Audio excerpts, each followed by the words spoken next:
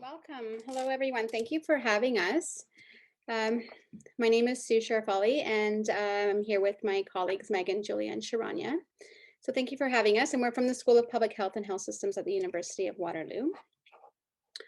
The aim of our panel today is to identify some of the commonalities of our very different research topics and showcase our research as it relates to COVID-19 and the changing employment landscape. So we'd like to highlight within our research some of the emotional labor impacts to job satisfaction and well-being during COVID, and also the social safety nets for personal support workers. We'll be looking at identifying the changes in workplace flexibility and some of the consequences it has towards isolation. And then finally, we'll take a look at health privacy and how it's changed since COVID.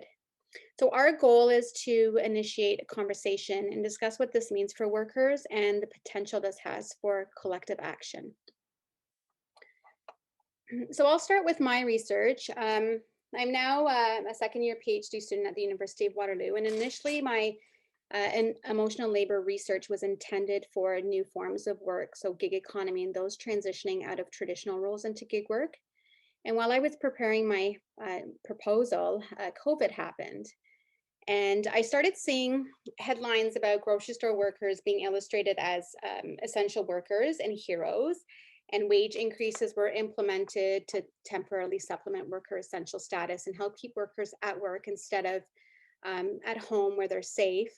And this discourse was happening about collecting CERB and the difference between working for minimum wage or staying home on CERB. So this essential worker and the hero narrative was a strong talking point for many.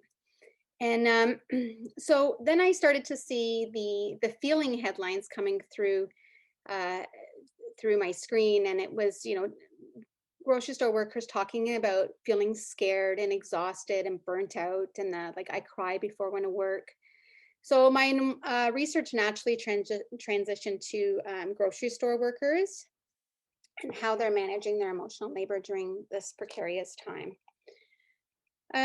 So just a quick recap of the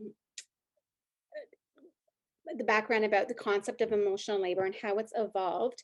Hochschild back in 1983 wrote a book called The Managed Chart, and it was the commercialization of human feeling. And she proposed that with the rise of the service sector, there also created this new form of labor, which she coined emotional labor. And by definition, it's workers who are managing their feelings and expressions to help their organization profit. So for instance, a smile that we see from our grocery store clerk, if this was taken out of the grocery store setting, it would be considered personal and enjoyable. However, in the grocery store setting, it's considered a product available for public consumption in exchange for a wage. So sociology primarily identified emotional labor as an occupational requirement, jobs that require managing and feeling to create an emotional display.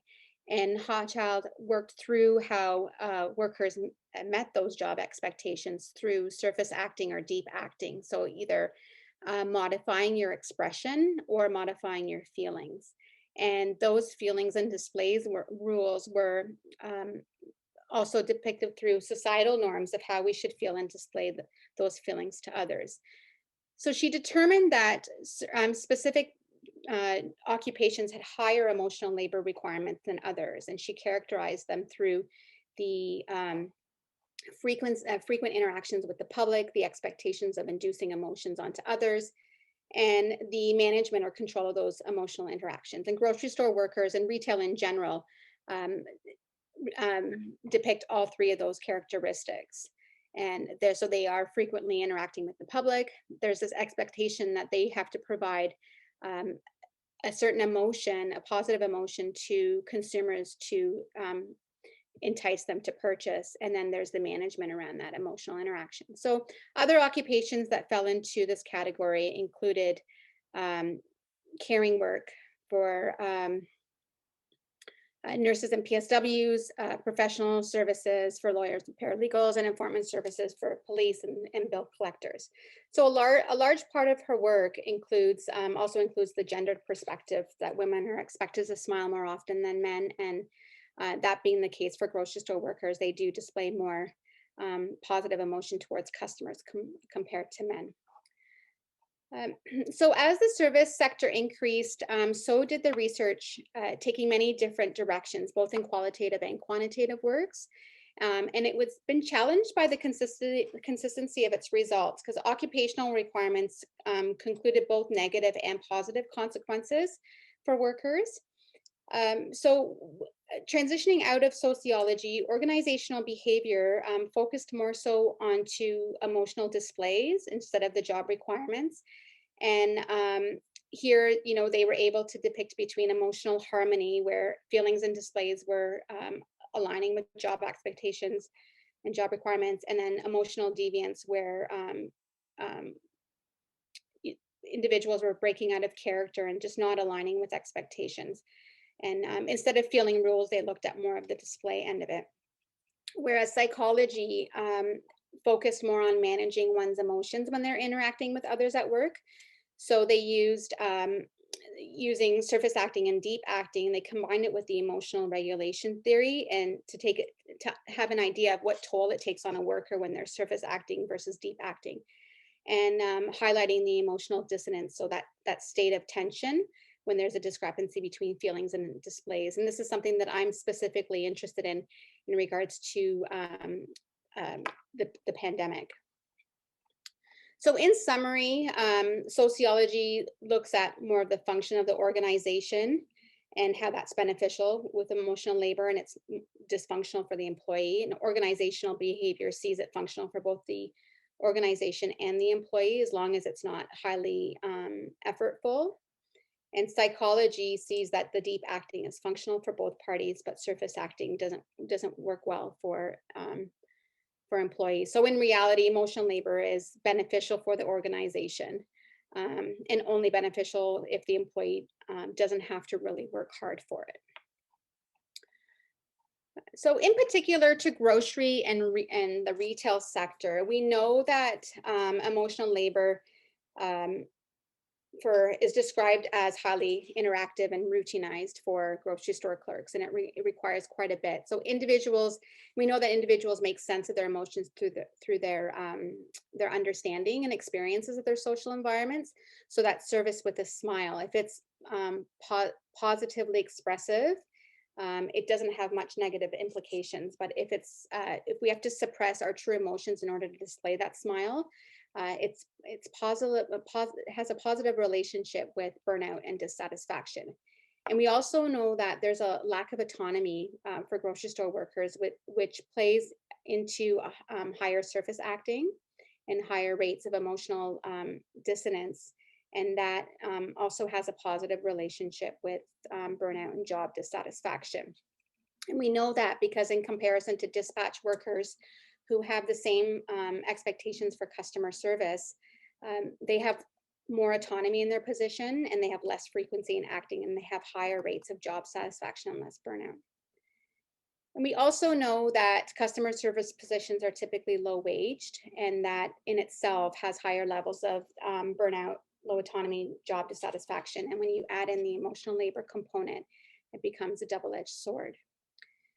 And we also know that training in emotional labor is lacking for grocery workers. More of the professional positions, those that are considered to be male dominated, have higher training capabilities for their emotions. Like med students and lawyers, they go through years of residency and legal training to disassociate themselves from the client or their patient, and to concentrate on the body and not the person, or concentrate on the legal meaning and not the personal story. So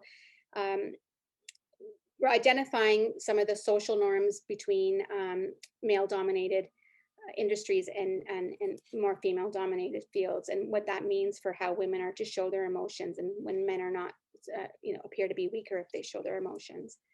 And we also know that women are expected in grocery stores to smile more often than men. So what's changed for us during COVID? And again, we make sense of our emotions through our understanding and our experiences of social environments. So when COVID happened, it not only changed the grocery store's interaction with customers, but it also changed their service environments and their social processes.